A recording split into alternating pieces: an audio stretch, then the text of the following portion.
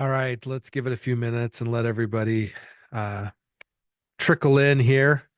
Welcome. This webinar, we are going to be talking about how to sell your house for top dollar. Everybody wants to sell your house for as much as you possibly can, and we want to equip people, give people tactics that we use as professionals here in Greeley in the industry to sell homes for as much as we possibly can. So let me pop up these slides here while we're waiting for some other people to join. And we'll just go ahead and get going, try to respect everybody's time. I know people are busy.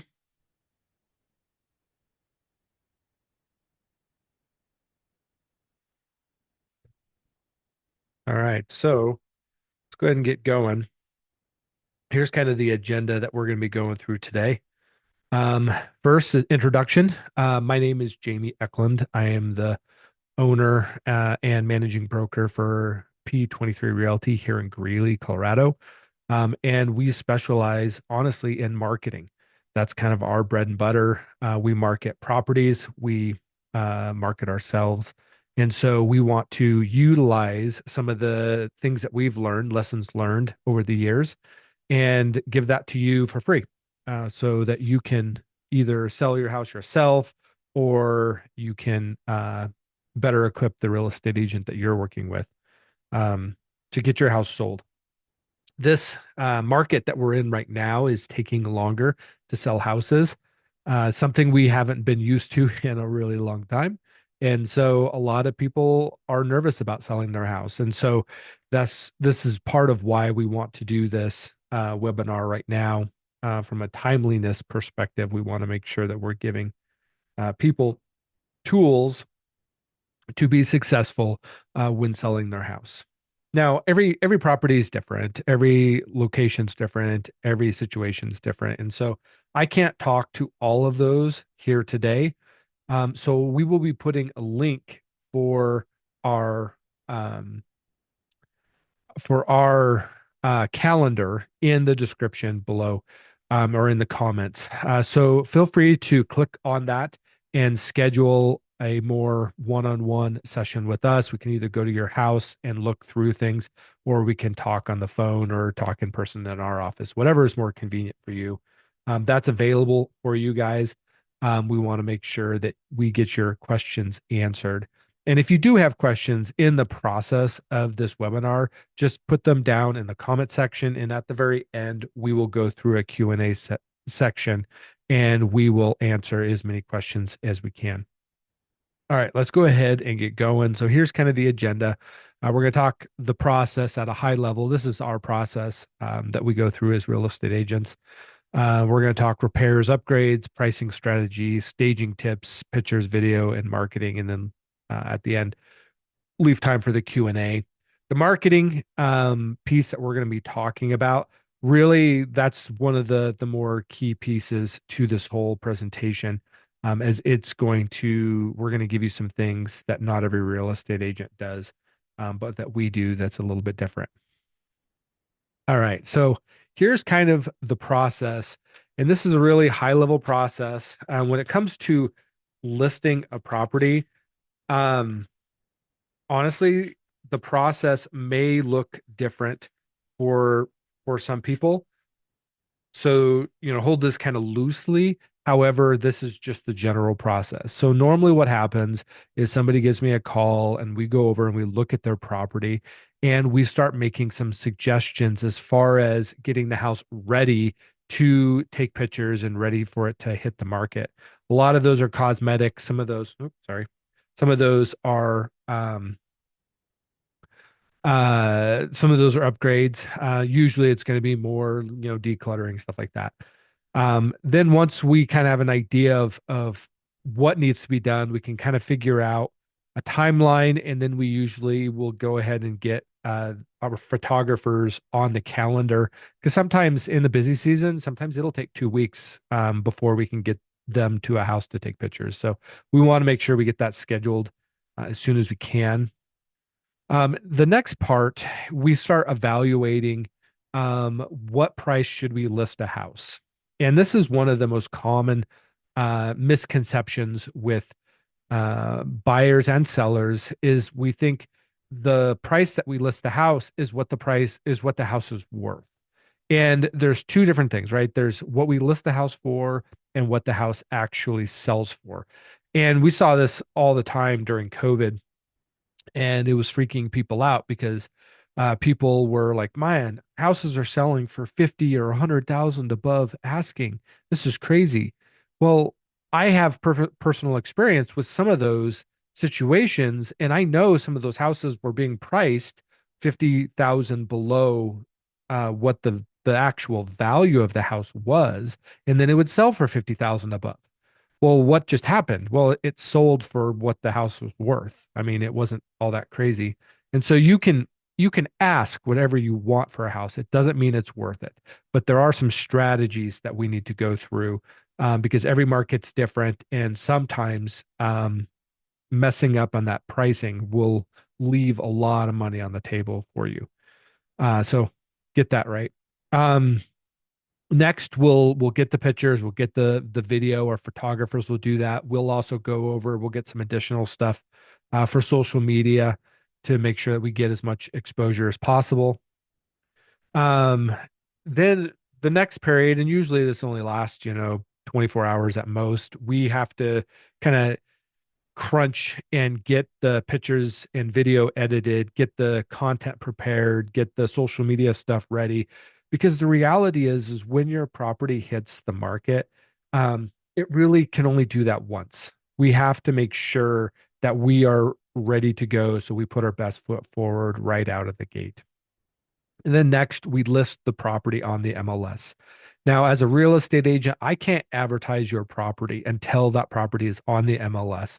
It's just a real estate commission stipulation that they have.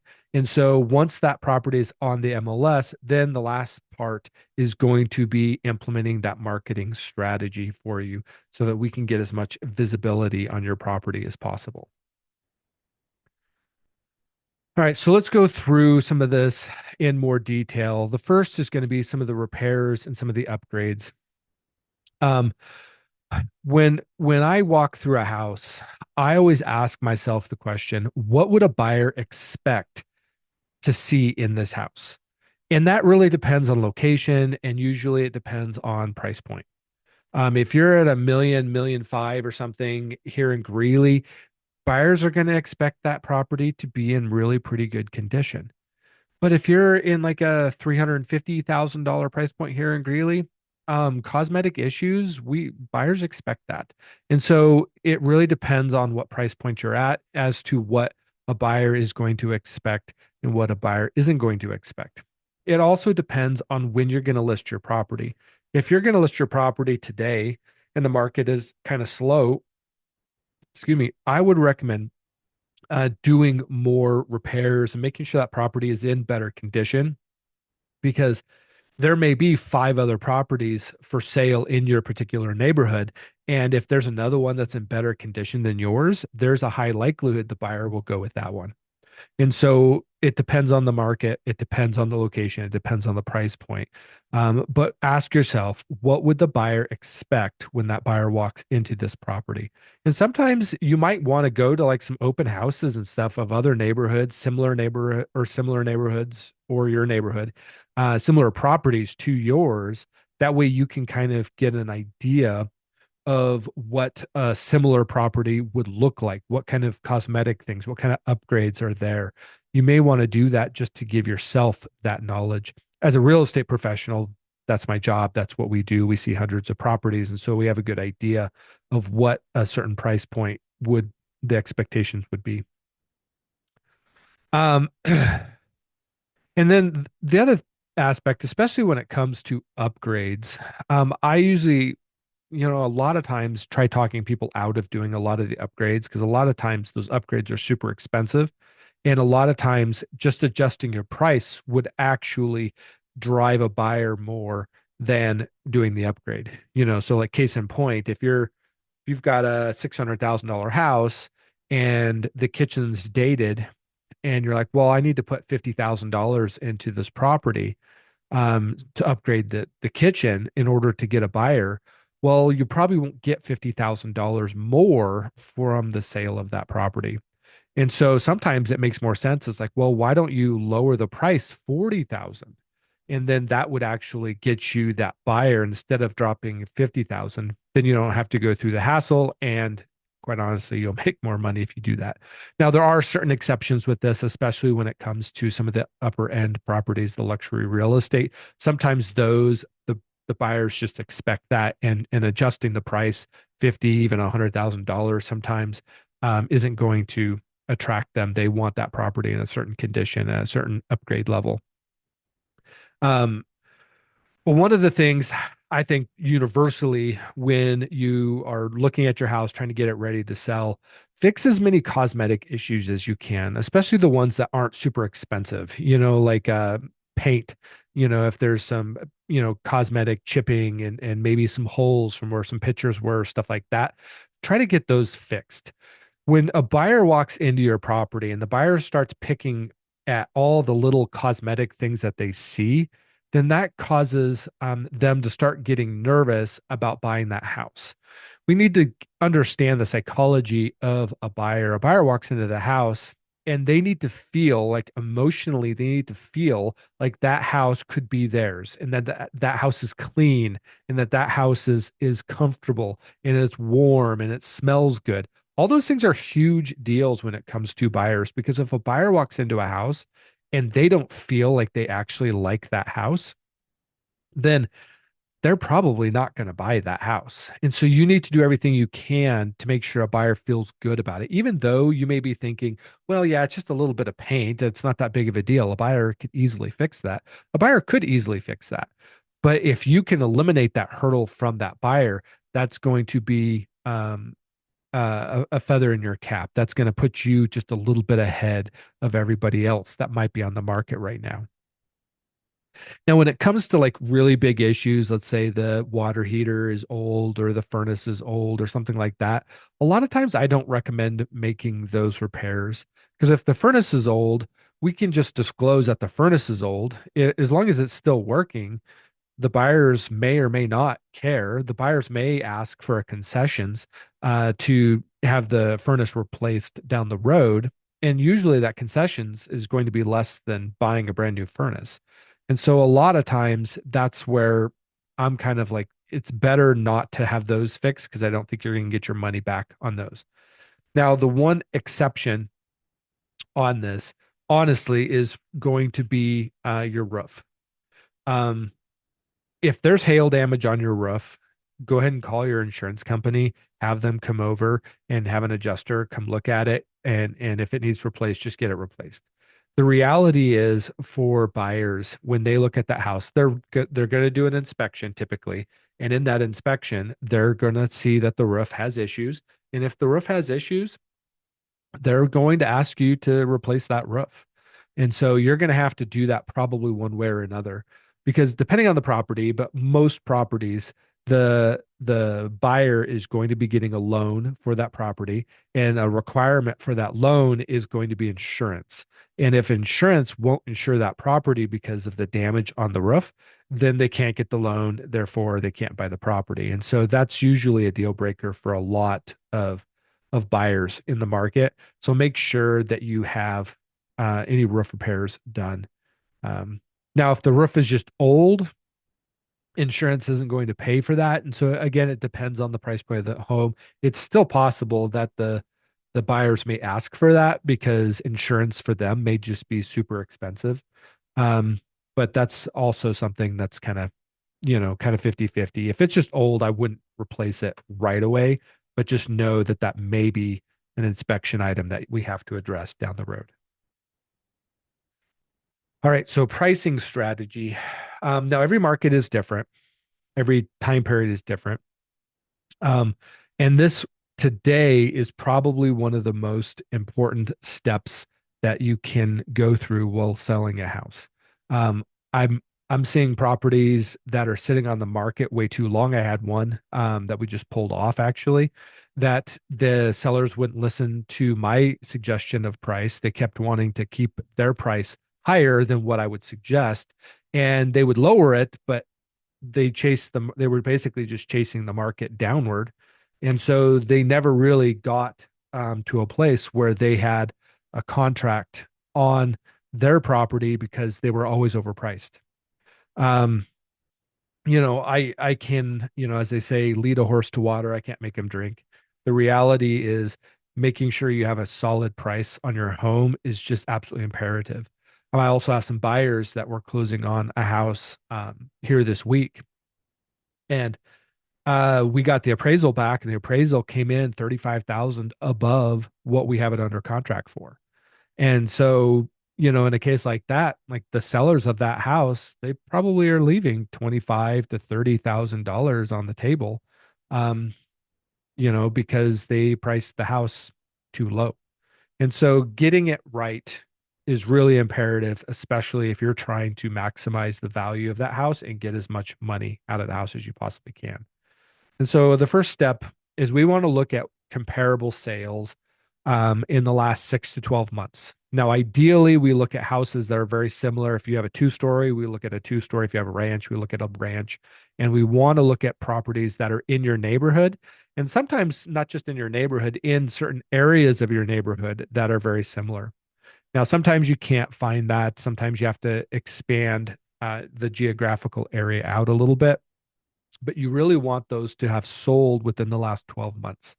In the market that we're in right now, personally, I prefer 3 months because the market has changed a lot in the last 6 to 12 months. And so if you look at a property that sold, 12 months ago, um, we have to make some adjustments because the market has changed from 12 months to today. And that's always going to be true, but this market right now, it seems like it's more true than what it has been in the past. Um, and one thing, we always try to keep in mind when it comes to pricing houses, there's that old strat or that old saying that I think Wayne Gretzky was responding to an interview, and people asked, how are you always so good? I can't remember exactly the question, but essentially he's like, I skate where the puck is going, not where the puck is. And that's a good strategy when it comes to pricing a house. We need to know where the market is going, and we have to price the property appropriately to where the market's going, not where the market has been. And so if we look at a house that sold 12 months ago, that house might have sold higher than what we can get for it today because the market has depreciated a little bit in the last 12 months. And so if all the comps today say a property is worth, 400,000, my suggestion today is to price it a little bit lower than that because the market has depreciated a little bit, demand has gone down a little bit. And so we want to make sure that we're pricing where the market is going. The other thing that also is a factor in that is how fast does somebody want to sell? Right now, it takes about 65 days for a property here in Greeley to get a contract on it. And so if you don't have a couple months to wait, we might need to price that property a little bit lower. And then the other factor too is like, how motivated are you to sell? There's some times where you're under contract to buy a house, and that contract says you need to get an offer and get your property under contract within 3 weeks or something. If that's the case, you need to be a little bit more aggressive with pricing your property. And then lastly, this market is changing very rapidly. And so sometimes, we'll make a suggestion a couple weeks before we actually list a property. Sometimes we have to adjust that. Sometimes once that property gets on the market, we have to listen to the market. We have to say, what is the market saying? And we put a house on the market, and then all of a sudden, we're not getting the activity that we think we should be getting. We need to be able to adjust that fairly quickly. And especially in this market right now.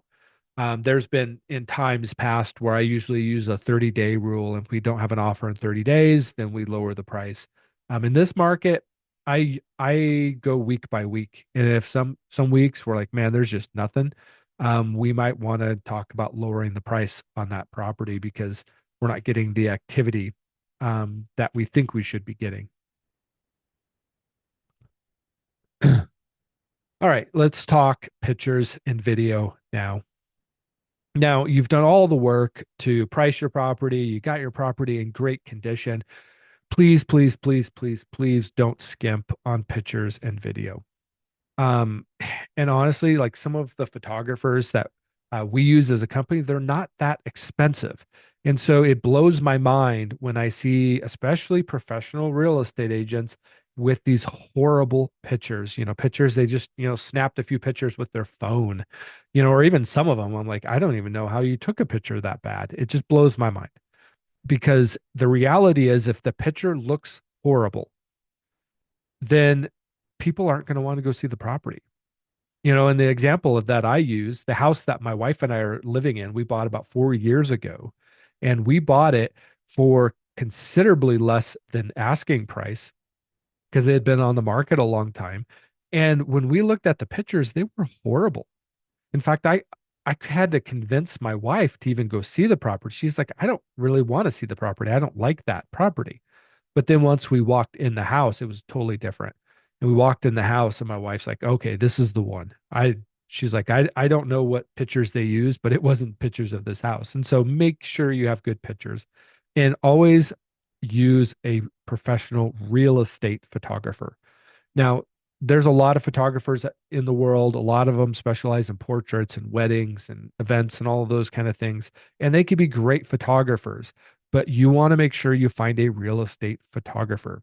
What our photographers do is they'll put their camera on a tripod and they have a mobile flash and they will go around the room and they will take 10 to 15 pictures of every room and they will light up every dark area in that house with that mobile flash. And so then they take those pictures back in post production and they splice those pictures together and they come up with the ideal picture that has very little shadow in it, very little dark spots in it. It looks light and bright.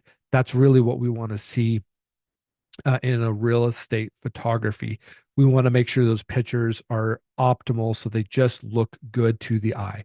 We are not a big fan of distorting the picture to the point that it doesn't look like the same house. I don't think that's personally, I don't think that's ethical. But the reality is we want to make sure that we put that house in the best light, quite literally, because we want all the lights on. We want those pictures as light and bright.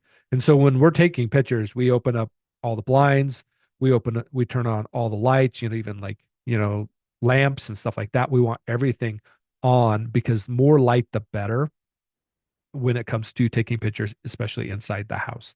You want to make sure those things look as good as they possibly can. The reality with photography is you don't want to show, you're not trying to show everything about the house. You're trying to show enough about the house that it attracts the right buyer to come into your property. We don't want to make, an 800 square foot house look like a 10,000 square foot house. We're not looking for thousands and thousands of buyers to come and look at the house, and all of them are going to be upset because it's not the same house that you represented on the MLS. That's not what we're trying to do. We're trying to make your house look as good as it possibly can to get the right buyer so that buyer walks in the house and writes us an offer. That's the goal. And so there's a lot of things that we don't take pictures of because it's not necessary and they don't tend to be very aesthetic.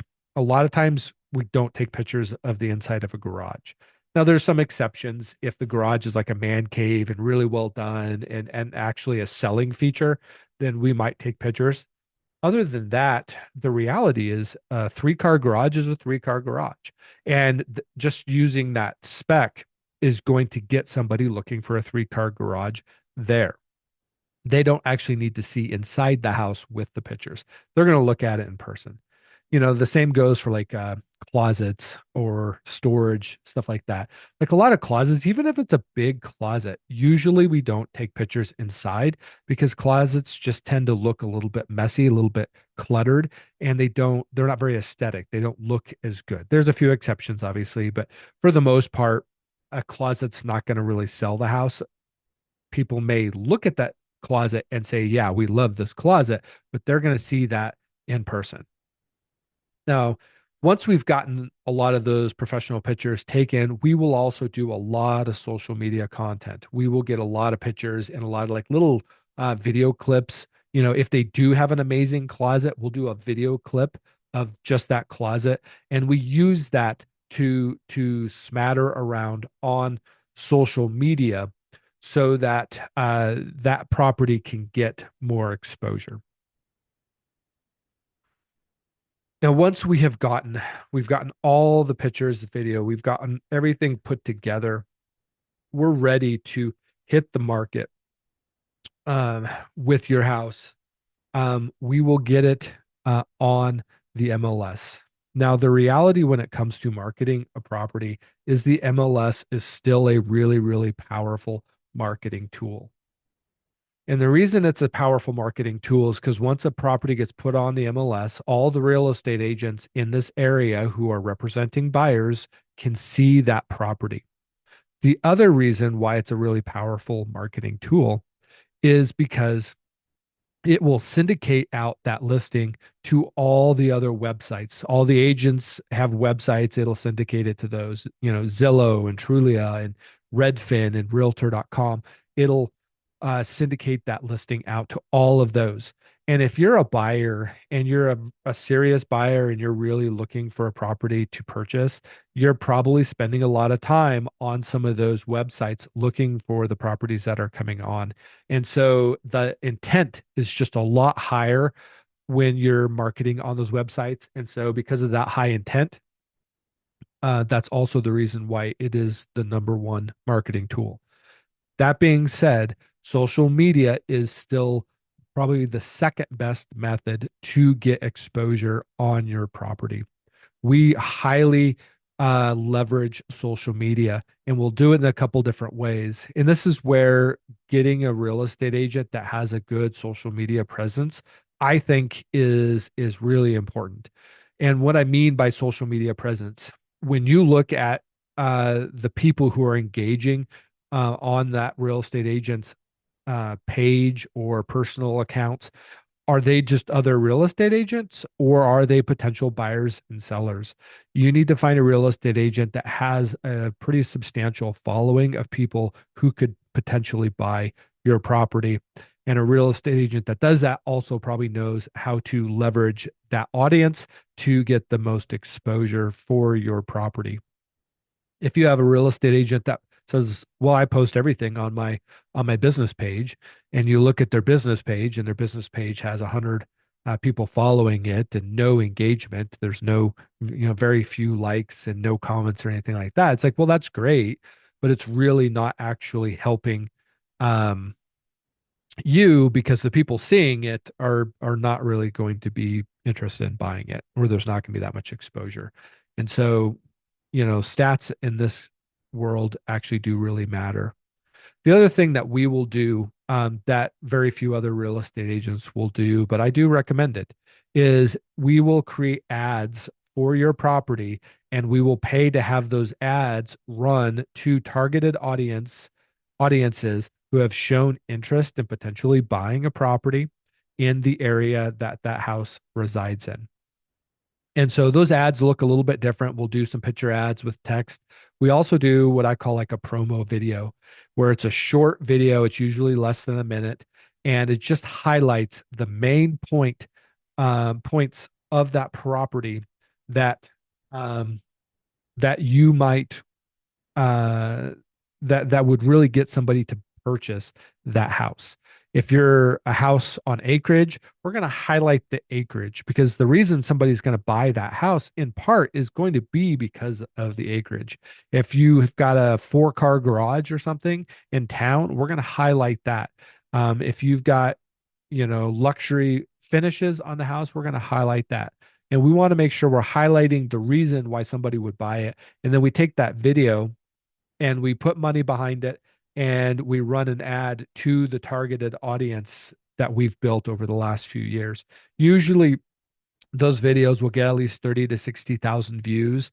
I was looking at one the other day that we've been running for a while, and it's got about 108,000 views on it. And again, these aren't just random, vanity metric views.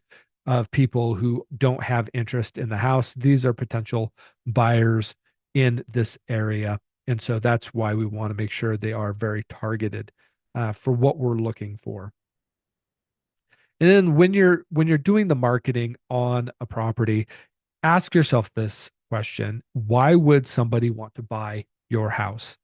If you're putting out the stats like, hey, I've got a 3 bedroom, 2 bathroom, 2 car garage house, it's 2 story here in Greeley.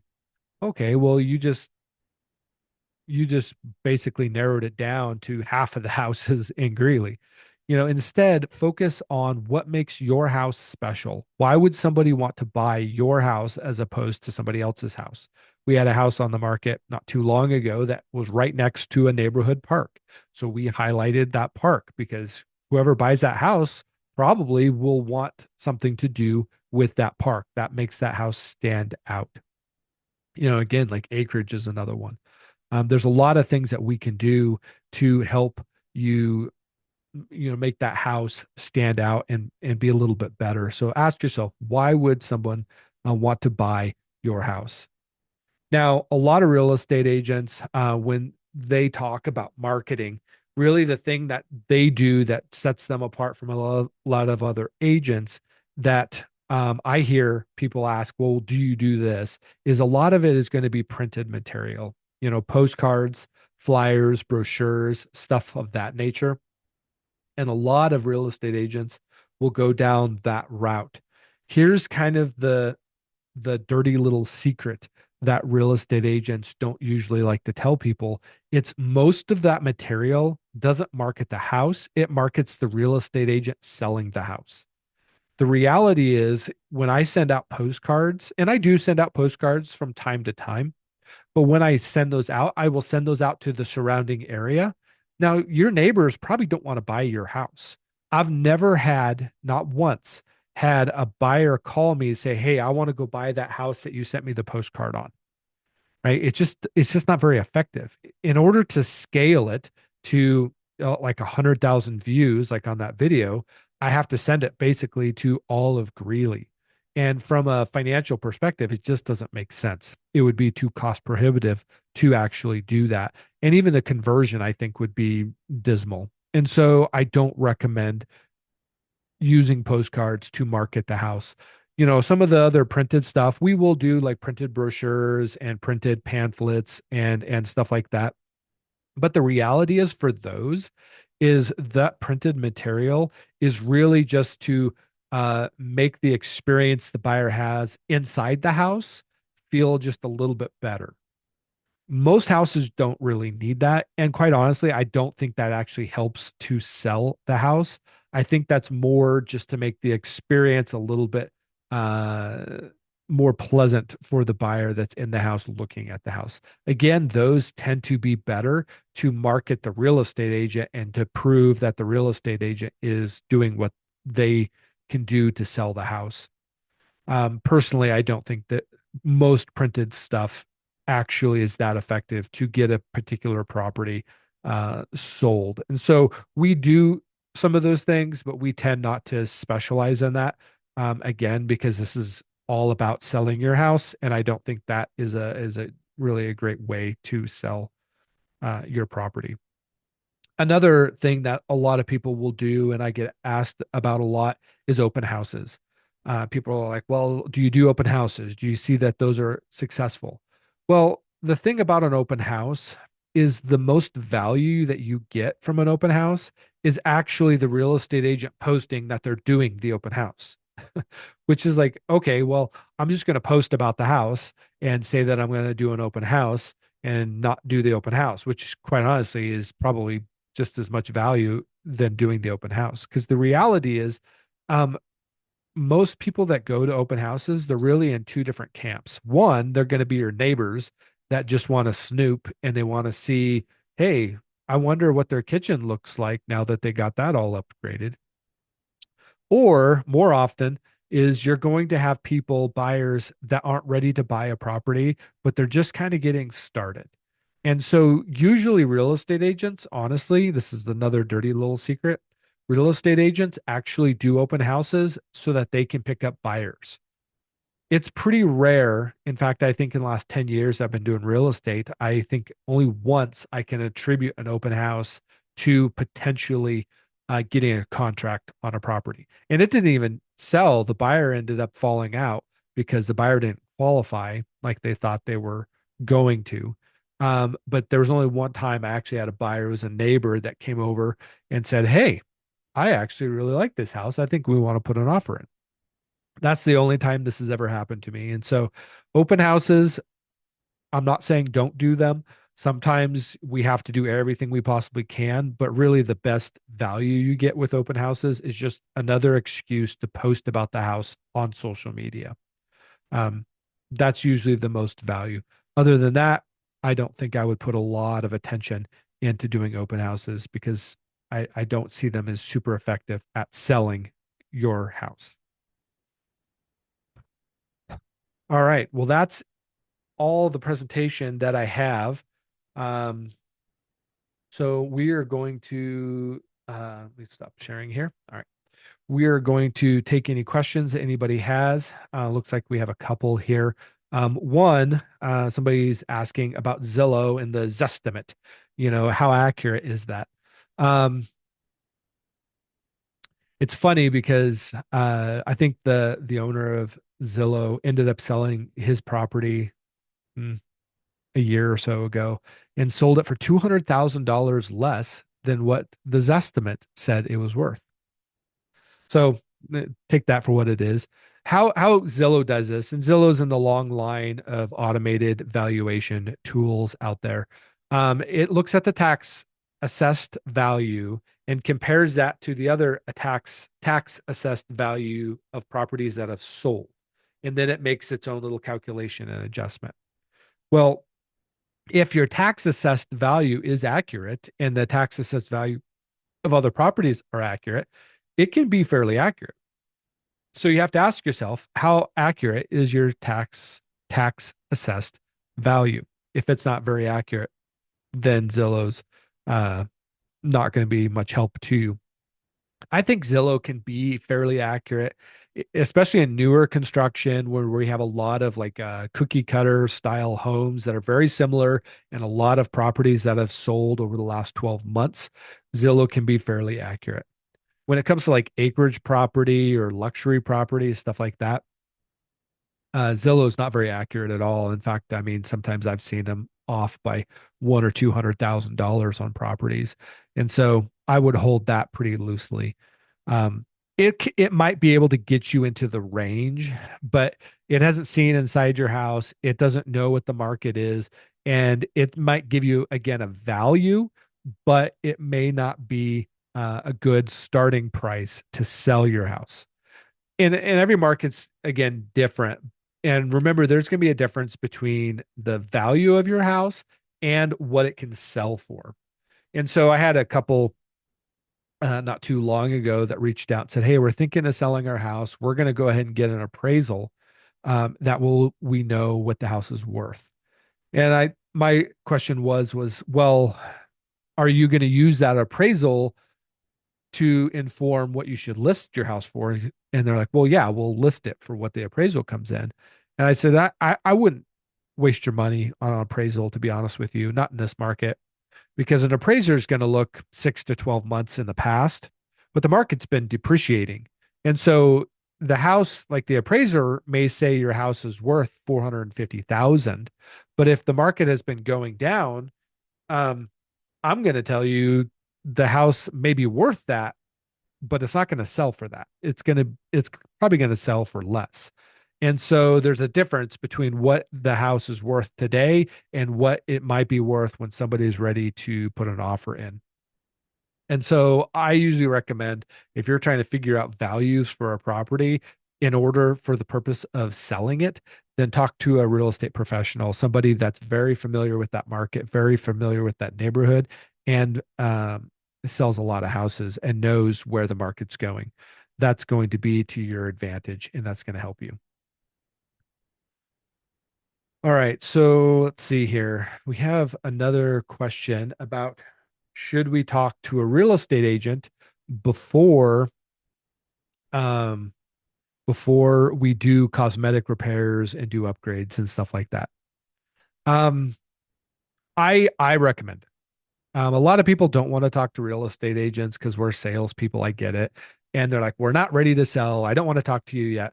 But a lot of times I work with clients for 6 months to a year, sometimes 2 years. And we have to understand, like, this isn't like buying a coffee or even buying a car. Like, this is a long-term sales process. And good real estate agents that have been doing this a long time, we understand that like you may be 6 to 12 months or more down the road. That's okay. We still want to help you and start building that relationship today. And the thing that it will do for you, if you have a real estate agent come look at your house, that real estate agent is going to be able to inform you on what things you should prioritize and what things you shouldn't be that worried about. And so when I'm walking into a house, I would try to think like a buyer walking in. And so I always want to start from the front going in, you know, start making those changes right away. You want to focus on the entry, focus on the living room, focus on the kitchen, focus on the dining room, whatever rooms you first see, those are the rooms that we need to focus on first. And then you can go into like the primary bedroom and bathroom and stuff like that. But a lot of times people are like, oh, I'm really worried about the basement. I need to do a lot of work down there and stuff. Depending on the price point of the property and if that's a selling feature or not, a lot of times I'm like, yeah, don't worry about it. Somebody will have decided if they want to buy the property before they even look at the basement.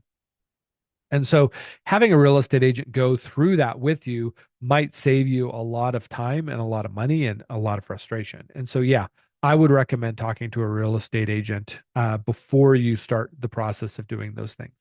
And we go through hundreds and hundreds of properties. And so we know, most of us that do this professionally, we know what a property really should look like, and what a buyer would expect for the price point, for the neighborhood, and all the rest. And so, um, that's just going to help you out, and guarantees, more success down the road for you.